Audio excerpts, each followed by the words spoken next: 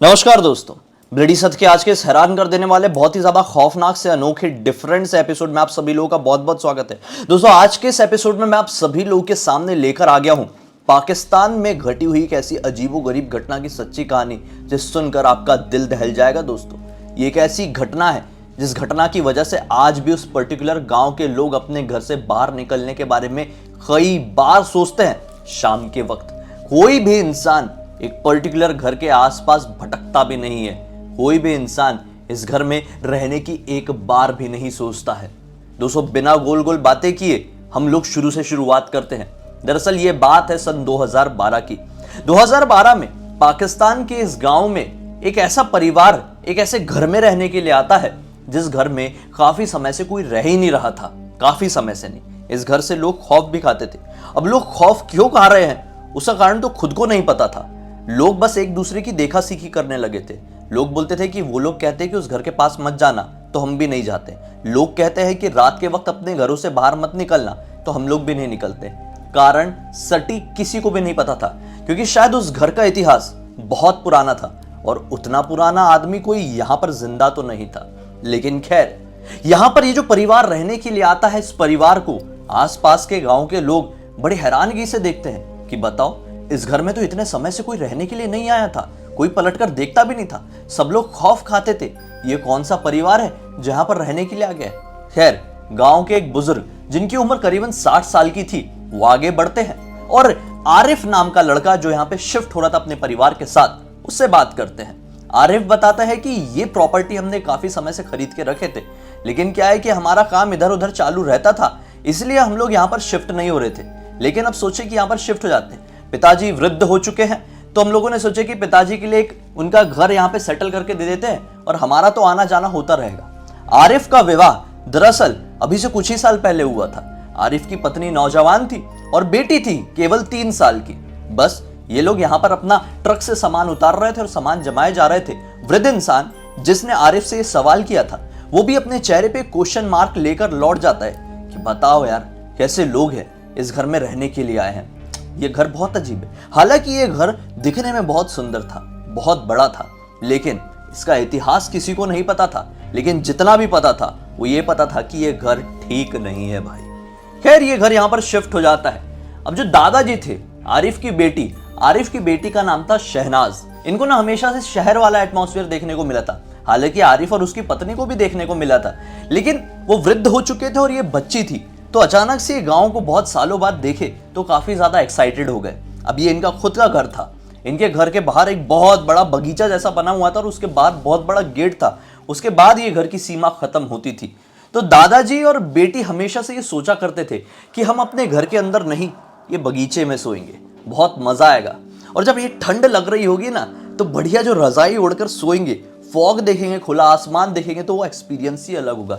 लेकिन जब ये लोग शिफ्ट हुए थे नवंबर के टाइम में, तो ठंड बहुत ही ज्यादा थी।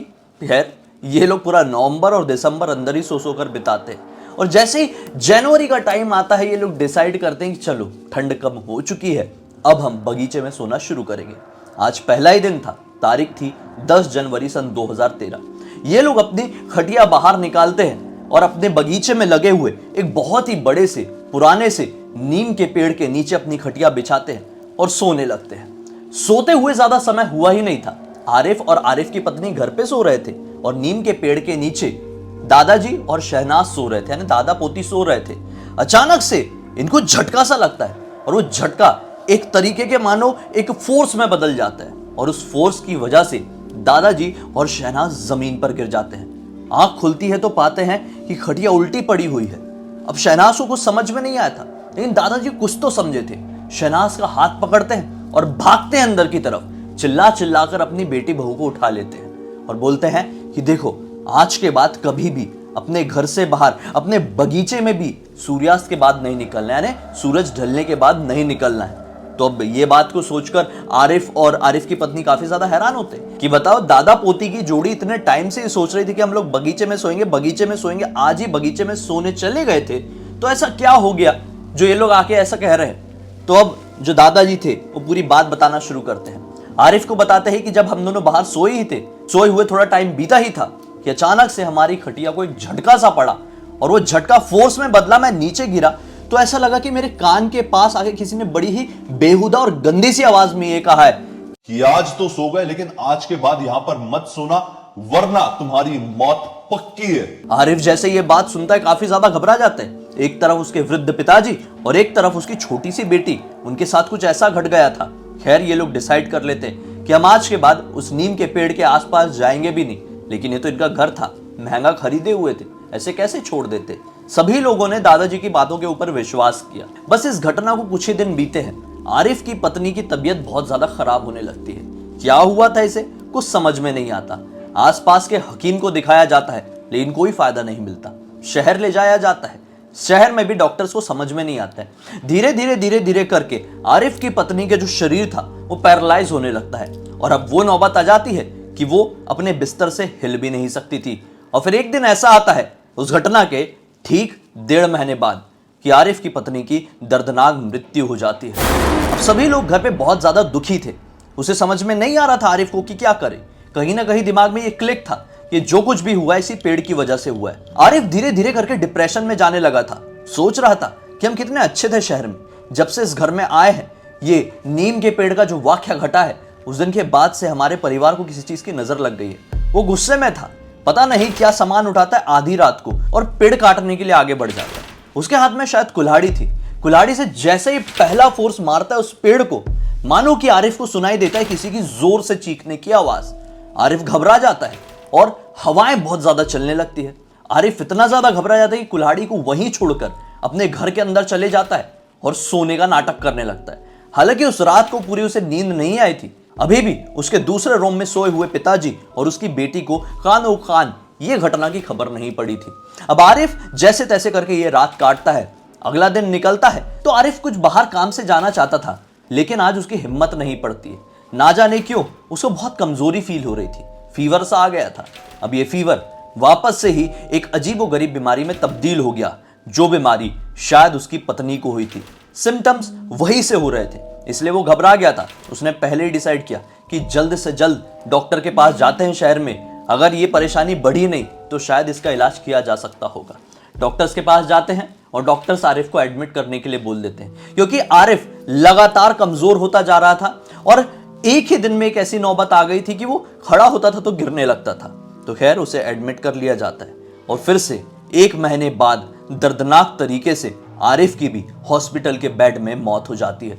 और अब इस घर में बचते हैं केवल दादाजी और उनकी पोती शहनाज। वापस से लौटते हैं और ये सोचने लगते हैं कि पता नहीं क्यों ये घर बहुत मनहूस है, इसको छोड़कर हम चले जाते हैं। लेकिन ऐसे ही नहीं, इस पेड़ को पूरी तरह से तबाह करके ही जाएंगे। दादाजी भी एक कुल्हाड़ी उठाते हैं, केरोसिन का केन उठाते हैं और बढ़ जाते हैं रात के तकरीबन 9 बजे उस पेड़ की तरफ। जैसे ही पहला वार करने ही वाले होते हैं कि पीछे से किसी की आवाज आती है, रुक जाओ, ये गलती से भी मत कर देना। पलटकर देखते हैं कि कौन है, किसने रोका। हम अपने ही बगीचे में लगे हुए पेड़ को काट रहे हैं, जला रहे हैं, तो पीछे खड़ा हुआ आदमी कौन है। देखते हैं पलट के तो पाते हैं कि पीछे एक मौलवी खड़े हुए हैं, जिनकी उम्र अप्रोक्स 55 साल के आसपास की लग रही है। अब वो रुक जाते हैं, मौलवी जी ने ये बात कही थी। बढ़ते हैं मौलवी साहब के पास। पहले ही कुछ शब्द कहते, उससे पहले ही मौलवी साहब कहते हैं कि जल्दी जल्दी अंदर चलिए, आपको एक जरूरी बात बतानी है, आपको आगाह करना है। अगर वक्त चला गया तो सब कुछ खत्म हो जाएगा। अब ये अपने बारे में ना सोचे तो अपनी पोती के बारे में तो जरूर सोच रहे थे। मौलवी साहब को अंदर लेकर चले जाते हैं। अब मौलवी साहब बताना शुरू करते हैं, जिस पेड़ को तुम काटने जा रहे थे ना, अगर उसे काट दिए होते तुम्हारी भी उसी तरह से दर्दनाक मौत हो जाती और फिर तुम्हारी पोती लावारिस रह जाती। कितनी उम्र है उसकी? सिर्फ 3 साल ना। कैसे जीती इस दुनिया में, किसके सहारे रहती, ये तुमने एक बार भी सोचा है? तब दादाजी तो बड़े परेशान थे। बोलते हैं कि नहीं, मैं जानता हूं कि मैं गलत कर रहा था, लेकिन इसके पीछे का कारण क्या, आप ऐसा क्यों कह रहे हैं, आप बता सकते हैं? तो मौलवी साहब बताना शुरू करते हैं।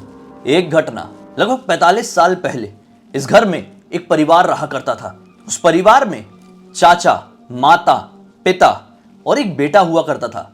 बेटे का नाम मोइन था। मोइन की उम्र अप्रोक्स 18 साल की थी। मोइन ने पढ़ाई लिखाई ज्यादा नहीं किया था, इसलिए 18 साल की उम्र होते तक उसने अपनी एक दुकान खोल लिया था, लेकिन पास वाले ही एक शहर में।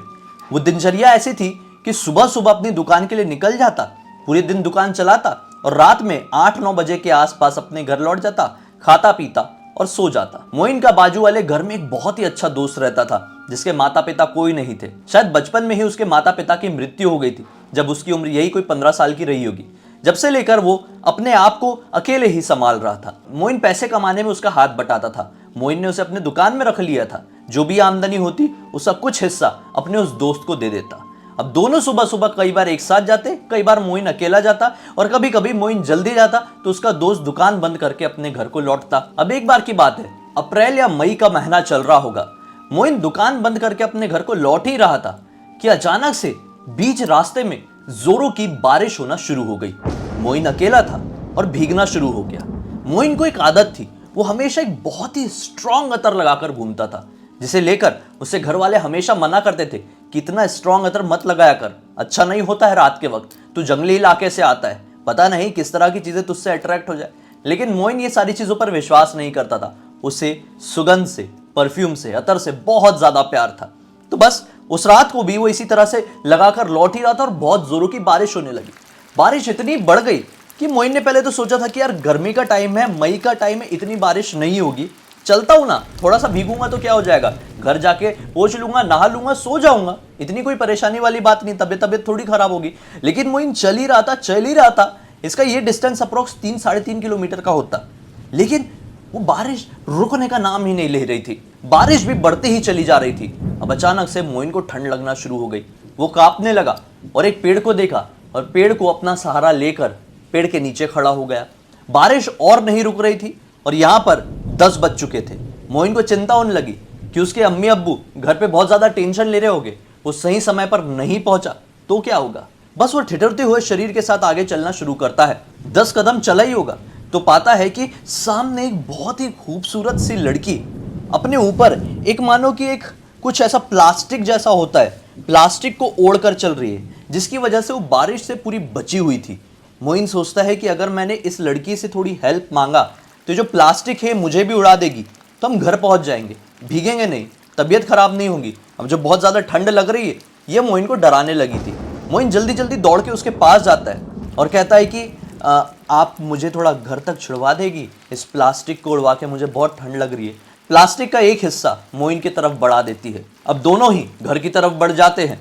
बारिश लगातार बढ़ते ही जा रही थी और देखते ही देखते मोइन का घर आ जाता है। अब मोइन अपने घर के गेट के अंदर घुसता उससे पहले वो लड़की से कहता है कि अरे मैंने आपका ना ही नाम पूछा हूँ, ना ही आपके बारे में कुछ जाना हूँ कि आपका घर कहाँ है, आपने आज मेरी बहुत बड़ी मदद की है। तो लड़की फिर से मुस्कुराती है, कहती है कि अगर मेरे बारे में जानना है तो कल रात 8 बजे उसी जगह पर मिलना जहाँ पर आज मिले थे, सब कुछ पता चल जाएगा, हम बहुत बातें करेंगे। मोइन खुश था, ना जाने क्यों, शायद पहली नज़र में मोइन को उस लड़की से प्यार हो गया था। कल का इंतजार करने लगा। दुकान में भी अगले दिन मन नहीं लगा था। जल्दी जल्दी सोच रहा था कि कब कब 8 बजे और वो अपने दुकान से निकले। खैर अब शायद 8 बज चुके थे और मोइन अपने दोस्त अख्तर को कहकर कि भाई मैं आज जल्दी निकल रहा हूँ, थोड़ा घर पे काम है, तो अख्तर भी हाँ का इशारा करता है और मोइन जल्दी जल्दी निकल जाता है। ठीक 8 बजे उसी लड़की से मुलाकात मोइन की वहीं पर होती है। बातचीत होती है तो पता चलता है कि उस लड़की का नाम रेशमा है। उस रात वो लोग काफ़ी बातें करते हैं। बातें करते करते फिर से मोइन अपने घर पर पहुंच जाता है। अब इनका एक रूटीन बन गया था। अगले आने वाले 7 दिनों तक मोइन 8 बजे अपनी दुकान से निकल जाता, उस लड़की से वहीं पे मिलता, फिर बातचीत करते करते वो लोग घर तक पहुंचते। फिर मोइन के घर जाने के बाद वो भी अपने घर के लिए निकल जाती। वो लड़की ने मोइन को ये बताया था कि उसके घर में सभी लोगों की मृत्यु हो चुकी है, वो अपने घर पे अकेली रहती है। हालांकि वो पास के गाँव की लड़की है, इस गाँव की नहीं है। अब मोइन ने अपनी शादी का प्रस्ताव उसके सामने रख दिया। लड़की भी तैयार थी। लड़की के आजू बाजू ऊपर नीचे तो कोई था नहीं, तो लड़की की उससे शादी हो जाती है। घर वालों को भी लड़की अच्छी लगी थी, खूबसूरत बहुत थी और मोइन के साथ जोड़ी बहुत जम रही थी। लेकिन जब से ये लड़की शादी होकर इस घर पे आई थी, ना जाने क्यों मोइन का जो धंधा था वो बहुत डाउन सा हो गया था। घर पे लोगों की तबीयत खराब होना शुरू हो गई थी। शादी हुए 1 महीने ही बीते रहे होंगे कि अचानक से मोइन के चाचा, जो कि उसी घर के एक दूसरे रूम में सो रहे थे, उन्हें जोरों की खांसी होना शुरू हो जाती है। वो सोचते कि खांसी क्यों हो रही है, पता नहीं क्या हो गया, शायद फ्रेश एयर मिलेगी तो अच्छा लगेगा। खांसते हुए छत की तरफ जाते तो क्या पाते पता है कि उतनी रात के वक्त रेशमा छत में अप्रोक्स 2-2:30 बजे रहे होंगे, मानो कुछ दीवार की तरफ देख के ना जाने अलग सी भाषा में कुछ बड़बड़ा रही थी। शायद ये भाषा अरबिक थी या टर्किश, उन्हें समझ में नहीं आ रहा था क्योंकि उन्होंने ये बोली पहले कभी भी नहीं सुने थे। वो अपनी खांसी को अभी तक कंट्रोल किए हुए थे। रेशमा किससे बात कर रही है, क्या बोलने की कोशिश कर रही है, समझने की कोशिश कर ही रहे थे कि अचानक से उनकी खांसी फिर से निकल जाती है। रेशमा इन्हें पलटकर देखती है और ना जाने क्या रेशमा की आंखों में इन्होंने देखा कि मानो कि इनका शरीर पूरा टेढ़ा होने लगा और वहीं पर बुरी तरह से गिरे और फिर मानो फिसलते हुए सीढ़ी से नीचे चले गए, जिस वजह से उनके शरीर का आधा हिस्सा और उनकी जुबान मानो कि उनसे छिन गई। ये पहली घटना थी, शुरुआत थी। इस दिन के बाद से सभी लोगों की धीरे धीरे करके तबीयत खराब होने लगी। फिर एक दिन की बात है, अख्तर जो कि मोइन के घर के बाजू में ही रहता था, वो अपने घर के पीछे वाले एरिया में कुछ काम कर रहा था। अचानक से उसकी नजर पड़ती है मोइन के छत में। वो क्या देखता है कि मोइन की पत्नी रेशमा छत में खड़े होकर अजीब तरीके से हिल रही है और हिलते हुए आंखें ऊपर चढ़ाई हुई है और ना जाने कुछ बोल रही है। दूर था डिस्टेंस, इसलिए समझ में नहीं आ रहा था, लेकिन उसे यह देख के लगा कि यार ये कुछ अजीब कर रही है। वो तुरंत ही मोइन के पास गया और मोइन को सारी बात बताया। मोइन ने इसके ऊपर विश्वास नहीं किया और उसे बहुत भला बुरा सुना दिया। मोइन तो सुन नहीं रहा था, लेकिन अख्तर ने मोइन के माता पिता से सारी बात बता दिया। अब माता पिता भी अपने बेटे को समझाना शुरू किए तो माता पिता भी बीमार पड़ने लगे और जिस दिन से समझाना शुरू किए थे उस दिन के ठीक 1 महीने बाद भी उन दोनों की एक साथ एक रात को संदिग्ध तरह से मौत हो गई। अब इस घर में कौन बचा? कोई भी नहीं, सिर्फ मोइन। अख्तर मोइन को शुरू से अपना सब कुछ मानता था क्योंकि अख्तर के सर पे तो किसी का हाथ नहीं था, केवल मोइन के परिवार ने उसे संभाला था। तो एक रात को उसे नींद नहीं आ रही थी। वो फिर से सोचते सोचते टहलते टहलते अपने घर के पीछे वाले एरिया में पहुंचा। अचानक से उसकी नजर पड़ी फिर से मोइन के छत में। क्या पाता है कि मोइन अपने छत की रेलिंग में खड़ा हुआ है, उसकी भी आंखें ऊपर है और मानो इस तरीके से हिल रहा है। वो घबरा गया, जोर से चिल्लाया। मोइन मानो ऐसे झटका खाया, होश में जैसा आया। मोइन तुरंत ही वहां से उतरा और वो भागते हुए तुरंत मौलवी साहब के घर गया। कौन? अख्तर। मौलवी साहब को सारी बात बताया। जल्दी जल्दी भागते हुए मौलवी साहब और अख्तर मोइन के घर पर पहुंचे तो क्या पाए, मोइन ने अपने आप को एक कमरे में बंद करके रखा है और जो उसकी पत्नी है रेशमा एक रूम में बंद है। मौलवी साहब की आहट समझकर मोइन समझ गया कि बाहर मौलवी साहब और अख्तर आए हुए हैं। उसने जल्दी से अपना दरवाजा खोला और बाहर निकलते से ही मौलवी साहब के कान में कुछ ऐसा बताया जो केवल मौलवी साहब और मोहिन को ही पता है, अख्तर को भी नहीं। मौलवी साहब धमकते हुए गुस्से से उस रूम की तरफ बढ़े और मानो अपने पोटली से, उनके पास एक पोटली थी, एक झोला जैसा कुछ, उस झोले में से कुछ ऐसा बॉटल जैसा कुछ निकाले जो कि शायद पीतल का था और उस उनके सामने रख दी और लगातार कुछ पढ़ने लगे। शायद ये आयतें थी। मोइन बहुत ज्यादा डरा हुआ था, अख्तर भी। अचानक से मोइन की नजर पड़ती है उनके घर के दरवाजे में खड़े हुए एक लगभग 5-6 साल या मुश्किल से 10 साल के लड़के के ऊपर। वो लड़का बस एक टक लगाए अंदर होती हुई सारी चीजों को बड़े ध्यान से देख रहा था। लगभग 15 मिनट तक मौलवी साहब ने आयतें पढ़ी और उस बोतल को एक ढक्कन से बंद कर दिया और भागते हुए उनके घर के बगीचे में लगे हुए नीम के पेड़ के पास आए और अख्तर और मोइन को तुरंत कहे कि जितनी जल्दी हो सके यहाँ पर गड्ढा खोदो। दोनों ने बहुत तेजी से गड्ढा खोदे। इसमें वो 10 साल का लड़का भी थोड़ी इनकी मदद कर रहा था। मोइन को अभी भी नहीं मालूम था कि ये लड़का कौन है, लेकिन फिर भी ये लड़का उनकी मदद कर रहा था। इनका अच्छी खासी हाइट का गड्ढा काफी कम समय में खोद कर हो गया। मौलवी साहब ने उस बोतल को उस गड्ढे में रखे और उसके ऊपर मिट्टी डालने के लिए कह दिए। नीम के पेड़ के नीचे मानो कि वो बोतल को दफना दिया गया और मौलवी साहब ने मोइन और अख्तर को साफ साफ कह दिए कि तुम ये सारी चीजों के बीच में फंस गए हो, जितनी जल्दी हो सके इस गांव को छोड़कर भाग जाओ। मोइन ने अख्तर से कहा, चल हम कहीं बाहर चलते हैं, जिस गांव में हमारी दुकान है, मतलब जिस टाउन में हमारी दुकान है वहीं पर जाकर रह लेंगे। मेरे पास इतने पैसे हैं तो फिक्र मत कर, साथ में रहेंगे। वैसे भी अब हमारा कोई नहीं बचा। वो दोनों रातों रात उस घर को छोड़कर एक जंगल के रास्ते से भागना शुरू कर देते हैं और ना जाने उनकी किस्मत कितनी बेकार थी उस दिन कि चलते चलते ही अचानक से एक बड़ा सा पेड़ इनके ऊपर गिर जाता है और ऑन द स्पॉट दोनों की मृत्यु हो जाती है। वो पेड़ काफी बड़ा था, मोटा था। वो पेड़ गिरा कैसे, किसने गिराया, किसी की साजिश थी या फिर इसमें उस जिन्नात का हाथ था, किसी को नहीं पता, लेकिन वो पेड़ गिरा और दोनों की मौत हो गई। मौलवी साहब ने पूरे गांव को साफ साफ हिदायत दे दी कि इस घर से जुड़ा हुआ हर एक इंसान अब खत्म हो चुका है। गलती से भी इस घर के आसपास मत भटकना, वरना वो सिला यानी कि वो जिन्नात जिसे उस नीम के पेड़ के नीचे दफनाया गया है, उसका जो खौफ है वो फिर से बढ़ जाएगा और सबको वो खत्म करना शुरू कर देगी। मौलवी साहब की सभी ने बात मानी और कुछ सालों बाद मौलवी साहब की भी मृत्यु हो गई। वो जो लड़का था जो उस रात को मोइन और अख्तर की मदद कर रहा था गड्ढा खोदने में, वो कोई और नहीं था, वो खुद यही मौलवी साहब थे जो पूरी कहानी शहनाज के दादाजी को बता रहे थे। शहनाज के दादाजी ने भी जब ये बात सुने तो पूरी उनकी रोंगटे खड़े हो गए और सोचा ये कितनी बड़ी गलती कर दी हम लोगों ने ये घर को खरीद कर। और उन्होंने तुरंत डिसाइड की कि वो अपनी पोती के साथ सुबह होते से ही इस गांव को छोड़कर हमेशा हमेशा के लिए निकल जाएंगे। उस रात को पूरी रात शहनाज और दादाजी ने मौलवी साहब के घर पे रहकर ही बिताई और सुबह होते से ही वो दोनों हमेशा हमेशा के लिए उस गांव को छोड़कर निकल गए। लेकिन आज भी उस गांव का वो घर वीरान पड़ा हुआ है और किसी की भी हिम्मत नहीं होती कि उस घर के आस पास भी भटक जाए। तो उम्मीद करता हूं दोस्तों आज की ये घटना की कहानी आप सभी लोगों को बहुत इंटरेस्टिंग लगी होगी। ये पूरी की पूरी जानकारी मुझे किसी और ने नहीं बल्कि हमीदा नाम की लड़की ने इंस्टाग्राम पर लिख भेजी, जो कि इसी गांव के बहुत ही नजदीक रहती है। हमीदा ने मुझे ये साफ साफ कहा है कि मैं उस गांव का नाम ना लूं ताकि वहां पर रहने वालों की प्राइवेसी को किसी तरह का नुकसान ना पहुंचे। उम्मीद करता हूं दोस्तों अब तक इस वीडियो को देखें तो लाइक जरूर कर देंगे। चैनल को सब्सक्राइब करके बेल आइकन दबा के ऑल के ऑप्शन में क्लिक करना है। इसी तरह के हैरान कर देने वाले खौफनाक वीडियोस आप लोगों के सामने डेली लेके आता रहता हूं। इंस्टाग्राम की लिंक इस वीडियो के डिस्क्रिप्शन बॉक्स में मिल जाएगी, क्लिक करके डायरेक्टली वहां पर पहुंच जाना। और इसी तरह की कोई भी कहानी या जानकारी आप लोगों के पास है तो लिख भेजिए, हो सकता है मेरा अगला वीडियो आप लोग के हिसाब से ही बन रहा हो। चलिए कल फिर से मिलता हूं, तब तक के लिए बहुत बहुत धन्यवाद। आप लोग का दिन शुभ हो।